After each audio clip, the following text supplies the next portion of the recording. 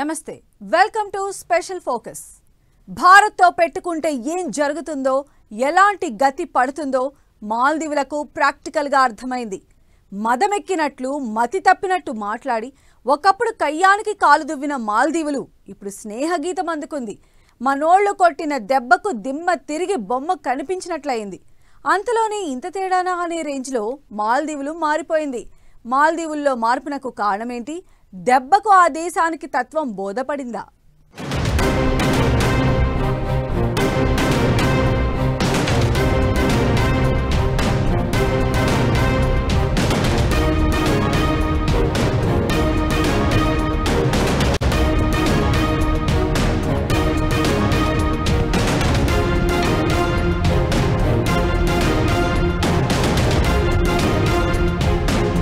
అప్పుడు కయ్యం ఇప్పుడు స్నేహగీతం చైనా పంచన చేరి అప్పట్లో మాల్దీవుల మదం మనోళ్ల దెబ్బకు మాల్దీవుల మైండ్ బ్లాంక్ దెబ్బకు దారిలోకి వచ్చిన మాల్దీవులకు అసలు తత్వం బోధపడిందా అప్పుడు తిట్టి ఇప్పుడు అదే మోదీకి గౌరవం మాల్దీవులపై మనోళ్ల దెబ్బ ఎలా పడింది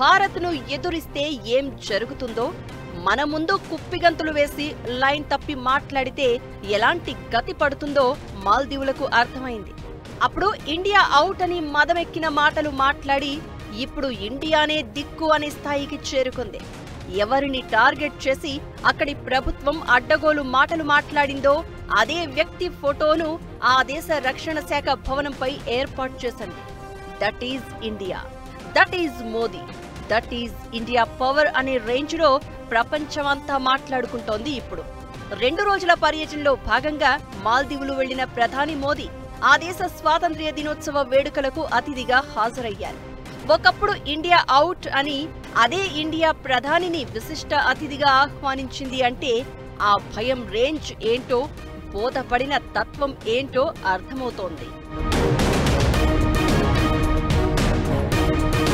మాల్దీవుల రాజధాని మాలేలో ఆ దేశ అధ్యక్షుడు మహ్మద్ మొయిజు ప్రధాని మోదీకి స్వయంగా స్వాగతం పలికారు ఈ సందర్భంగా మాల్దీవుల రక్షణ శాఖ భవనంపై మోదీ భారీ చిత్రాన్ని ఏర్పాటు చేశారు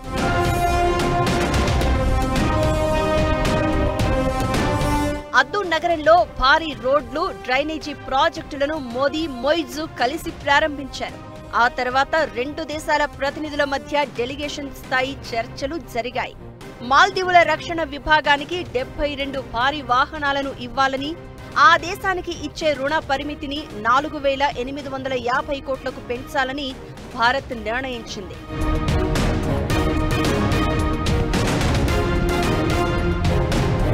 వీటితో పాటు కీలక ఒప్పందాలపై ఇరు దేశాలు సంతకాలు చేశాయి 2 దేశాల మధ్య స్వేచ్ఛా వాణిజ్యంపై చర్చలు ప్రారంభమైనట్లు ప్రకటించిన మోదీ భారత్ మాల్దీవుల మధ్య 60 ఏళ్ల దౌత్య సంబంధాలు ఉన్నాయని 2 దేశాల బంధాలు చరిత్ర కన్నా పాతవి సముద్రం కన్నా లోతైనవని అన్నారు మోదీ తమ దేశానికి రావడం చాలా ఆనందంగా ఉందని 2 దేశాల మధ్య సత్సంబంధాలు ఇలాగే కొనసాగాలని మాల్దీవుల అధ్యక్షుడు మొయిజు అన్నారు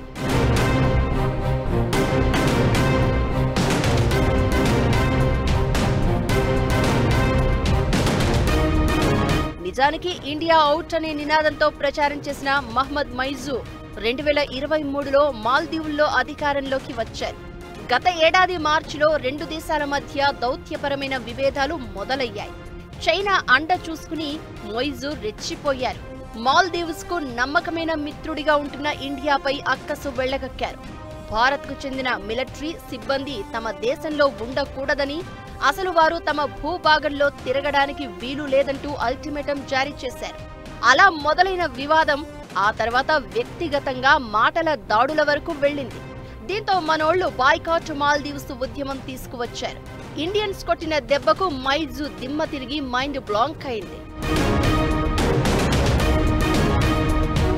భారత్ మాత్రమే తమకు దిక్కు అనే స్థాయికి వచ్చేసింది పర్యాటక ఆదాయం మీదనే ప్రధానంగా ఆధారపడే మాల్దీవ్స్ కు ఇండియన్స్ బాయ్కాట్ దెబ్బ గట్టిగానే తగిలింది దీంతో ఆ దేశం దిగొచ్చి క్షమాపణలు చెప్పింది 2024 అక్టోబరులో మాల్దీవ్స్ అధ్యక్షుడు భారత్లో పర్యటించారు.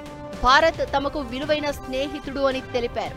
ఈ పర్యటన తర్వాత ఇరు దేశాల మధ్య పరిస్థితులు కాస్త కూల్ అయ్యాయి.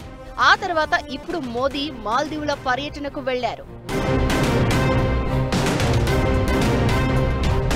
2023లో ఇండియాపై బలుపు మాటలు మాట్లాడిన మైజు వైఖరిలో 2024 సెకండ్ హాఫ్ నుంచి మార్పు కనిపించింది. అసలు తత్వం బోధపడింది. దానికి కారణం మనోళ్లు కొట్టిన దెబ్బే. మాల్దీవుల విదేశీ మారక నిల్వలు భారీగా క్షీణించాయి. 45 రోజుల దిగుమతులకు సరిపడా నిల్వలు మాత్రమే ఉన్నాయి. దీంతో భారత్ ముందు తగ్గాల్సి వచ్చింది. మాల్దీవులకు మన దేశం ప్రధాన వాణిజ్య అభివృద్ధి భాగస్వామిగా ఉంది. మాల్దీవుల ఆర్థిక వ్యవస్థలో టూరిజం వాటా 28% మించి ఉంటుంది. మాల్దీవులకు వెళ్లే పర్యాటకుల్లో భారతీయులే టాప్. 2023లో మాల్దీవులకు మన టూరిస్టులు $380 మిలియన్ ఆదాయం తీసుకొచ్చారు. అయితే బాయ్కాట్ మాల్దీవుల ఉద్యమం తర్వాత ఆ ఆదాయం భారీగా పడిపోయింది. బాయ్కాట్తో దాదాపు $150 మిలియన్ పైగా నష్టం వాటిల్లింది. దీంతో మాల్దీవుల ప్రభుత్వం ఆర్థిక సంక్షోభంలోకి వెళ్లిపోయింది. ఇదే మైజు ప్రభుత్వంపై ఒత్తిడి పెంచింది. భారత్ విలువ తెలిసొచ్చింది. దీంతో వెంటనే మైజు భారత్లో పర్యటించారు. ఇప్పుడు మోదీని ఆహ్వానించారు. భారత్తో సంబంధాలను మెరుగుపరుచుకునేందుకు ప్రయత్నాలు చేస్తున్నారు. ఇలా మనోళ్ల దెబ్బ మాల్దీవులు అబ్బా అనేట్లు సీన్ కనిపించింది.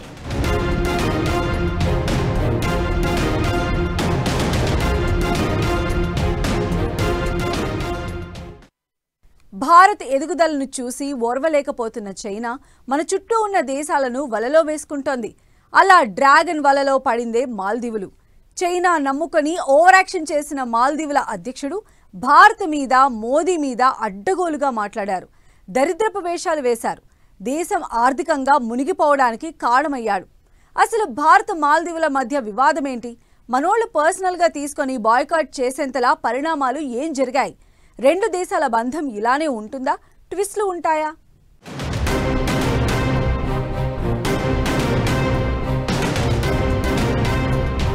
మాల్దీవులను అడ్డు పెట్టుకుని చైనా గేమ్. చైనాను నమ్ముకుని మాల్దీవుల అక్కసు. డ్రాగన్ కోసం భారత్ మీద అవాకులు. చైనాను నమ్మి నిండా మునిగిన మాల్దీవులు. భారత్ విలువ తెలుసుకుని స్నేహగీతాలు. బంధం ఇలానే ఉంటుందా? ట్విస్ట్ తప్పదా? 2023 మాల్దీవుల ఎన్నికల సమయంలో ఇండియా అవుట్ అంటూ మైజు ఓవర్ యాక్షన్ తర్వాత రెండు దేశాల మధ్య దౌత్య సంబంధాల్లో వివాదం రేగింది. అయితే ఆ తర్వాత మోదీ లక్షద్వీప్లో పర్యటించి సాహసాలు కోరుకునే వాళ్లు ఇక్కడికి రావాలంటూ పిలుపునిచ్చారు. దీంతో ప్రపంచమంతా లక్షద్వీప్ గురించి వెతికింది.